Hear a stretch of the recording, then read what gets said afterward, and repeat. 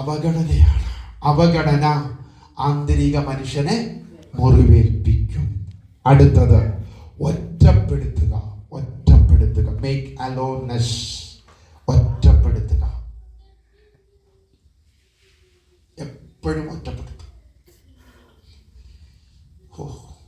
ഈ ഓപ്രസ്റ്റും അലോൺനെസ്സും ഒരിക്കലും ഒരു മനുഷ്യന് മറക്കാനും സഹിക്കാനും പറ്റത്തില്ല. ഇങ്ങനെ അനുഭവിക്കുന്നവരാണ് ഡിപ്രഷനിലേക്ക് പോകുന്നത്, മെന്റലി ഡിസോർഡർ ആകുന്നത്. നിങ്ങൾക്ക് മനസ്സിലാകുന്നുണ്ടോ? ഇപ്പോൾ ഈ ഒരു 3/4 മണിക്കൂർ ക്ലാസ് കഴിയുമ്പോൾ തന്നെ നിങ്ങളെ സ്കാൻ ചെയ്തിട്ടുണ്ട് എന്നാണ് എൻ്റെ നിഗമനം. അല്ലേ? You should scan your self. നമ്മൾ നമ്മെ ഒന്ന് സ്കാൻ ചെയ്യാം. എൻ്റെ ജീവിതത്തിൽ ഞാൻ അർഹിക്കുന്ന സ്നേഹം, അർഹിക്കുന്ന സമയത്ത്, അർഹിക്കുന്ന എൻ്റെ പ്രിയപ്പെട്ടവർക്ക് ഞാൻ കൊടുത്തിട്ടുണ്ടോ? കൊടുക്കാൻ എനിക്ക് പറ്റിയിട്ടുണ്ടോ?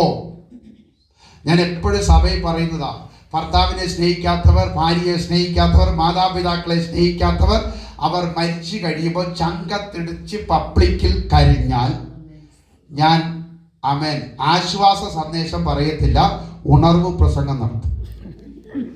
ഉണർവ് പ്രസംഗം, അതെ, ശരിയല്ലേ? നോക്കിക്കേ, ഭവനത്തിനകത്ത് ആദ്യം ബാലൻസ്ഡ് ആകേണ്ടത്, ഞാൻ ബിബ്ലിക്കിലേക്ക് വരുമ്പോൾ തന്നെ ബാലൻസ്ഡ് ആകേണ്ടത് വളരെ ശ്രദ്ധിക്കണം. നമ്മൾ അർഹിക്കുന്ന സമയത്ത് അർഹിക്കുന്ന വ്യക്തിക്ക് കൊടുക്കണം.